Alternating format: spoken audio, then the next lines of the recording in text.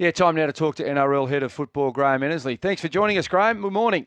G'day, Laurie. How are you? Yeah, going very well, thank you, mate. Now, we've seen over the last 24 hours the crackdown on these crusher tackles. Is that just a reaction of what's happened over the last couple of weeks, or is that something that's always been there on the discussion paper?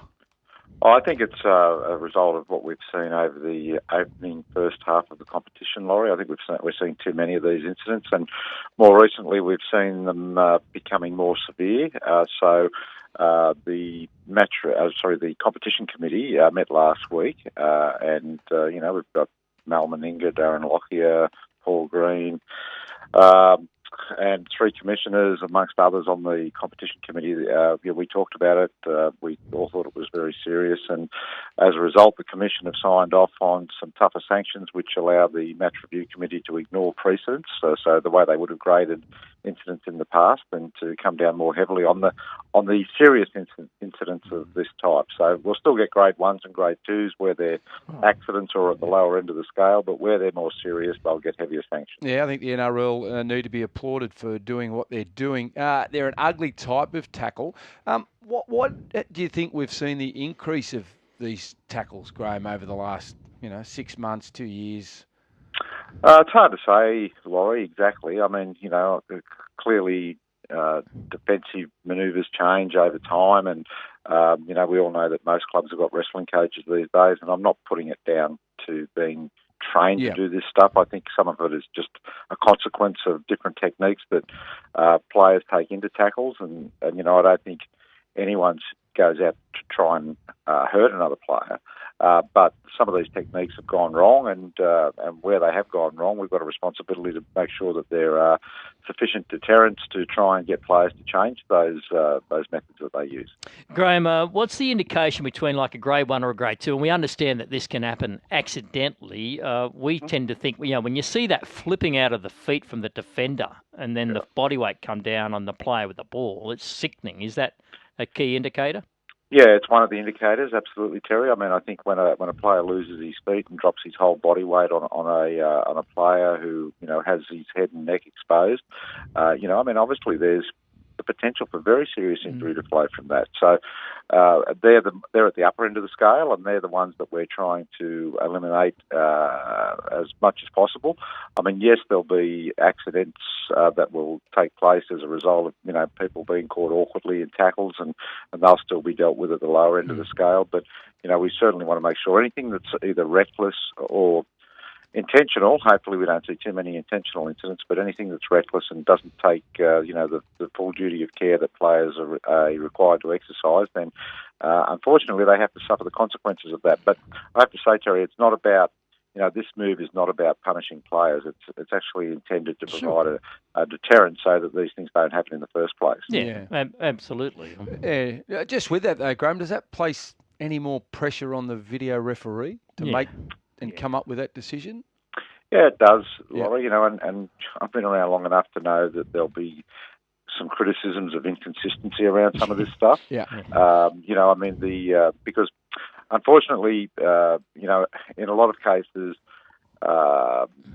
people tend to categorise everything the same way. So they see a crusher tackle and it might incur a penalty, and it might be at the lower end, and we'll get criticised for I thought these players were going to be sent off and all that sort of thing. So there still has to be judgment exercised both by the referees, the video referees, the match review committee, and ultimately the judiciary panel if things get referred to the judiciary panel. So it does bring more responsibility, and it does bring the potential for more criticism of the way these matters are handled. But we can't just walk away from those things because we're scared of a bit of criticism. No. Is it worthwhile maybe, and I know it's obviously difficult to do because you haven't got that many, but having someone on that match review panel in the video box with the referee, because they're obviously up to speed with what they're looking at when they forward charges on, just to give the video ref a little bit of an idea of what they should be looking at? Well, there's already a lot of liaison that goes on, Laurie, between the match reviewers and the video refs. And in fact, these days the match review is conducted live in the bunker. So at the same time that the video refs looking for incidents that are referred to him to rule on in a room adjoining the bunker, the match reviewers are in there reviewing incidents live. That's why we see charges come out so quickly these days rather than waiting for a full round to be completed. But they get together after games, before games, to make sure that they're on the same page and dealing with these matters as consistently as possible. Yeah, just to clear it up in my head, mate. But they're not consulted, are they? With the video rep doesn't consult the match review regarding a particular. Yeah, two separate jobs. Not in a live situation, Terry. I mean, sure. In a live situation, they're in completely separate rooms. Yeah. But after games and in reviews following full rounds of football, they talk to each other to try and make sure that they're looking at things as similarly as possible. And that's, just in this kind of never-ending quest to try and get as much consistency as possible. So that's the crusher tackle, which we're all for eliminating. What about the late tackle? Now, we're talking about this late tackle on the playmaker. We saw a couple, actually, on Jimmy Maloney from Origin. What's going to happen with the late tackle on the playmaker? Yeah, they're probably a little more difficult in some ways than the crusher tackles because, playmakers do tend to take the ball to the line and they delay their passes as late as possible. And the same can apply in a kick situation. The kicks generally quite late with defenders bearing down on kickers. So the first thing that the match reviewers have to determine is whether the tackle was in fact late or not.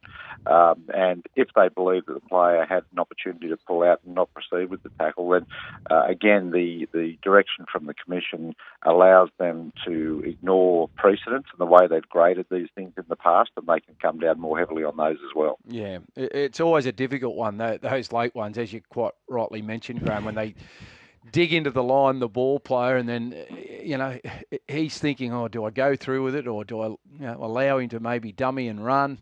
So he's in two minds, the defender. But there are occasions where it's just late. They're just late, and it doesn't need to happen. You would have heard it too. Always reminds me of Blocker's story. You would have penalised him for a late tackle. He said, "But I got there as early as I could." well, that's true. I mean, and Laurie's point is absolutely right. I mean, there's an element of judgment in this as well, and it doesn't mean that every time someone gets tackled after they pass the ball, that's going to result in a charge, because the match review committee may very well form the view that the player had no option but to continue with the tackle. Now, mate, I'm not too sure whether this one falls for you or not, but this June 30 deadline's looming large. Of course, we talk ad nauseum, mate, about players leaving clubs, so on and so forth. Trade window, does that come under your brief? Well, it doesn't, Terry, so I won't go too far down that path, other than to say that this is something that the game's been grappling with for as long as I've been involved with it.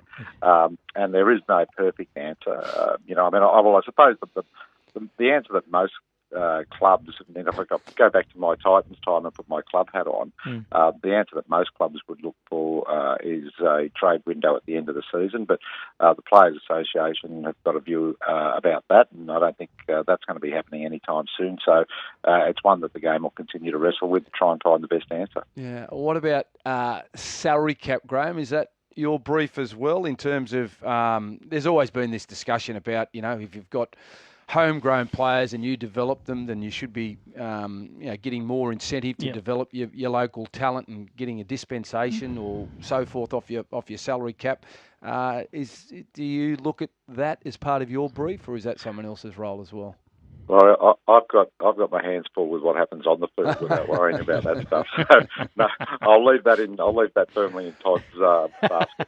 Good sidestep, that one. Good fan. Graham, we thank you so much, and I think all supporters should welcome tougher penalties.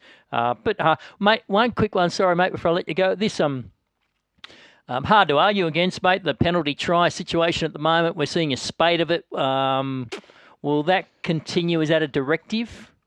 No, it's not a directive. In fact, I've gone out of my way to make sure this year that we don't have rules of the week. And although the Commission's come down heavily on these player safety issues, which is understandable, in terms of how the referees interpret the rules from week to week, they've been given no directives during the course of the season other than try and stay out of the game as much as possible. But in relation to penalty tries, it's interesting you raise that, because there has been a spate of them, and it's one of the things I'm going to talk about at my media briefing next Monday, because I don't think it's necessarily because of anything differently that the referees are doing, but we are seeing a trend of a lot more players interfering with players who are trying to score, and I'm going to show some examples of that next Monday afternoon. Right. And this is only a small one, but we get a couple of text messages coming in all the time.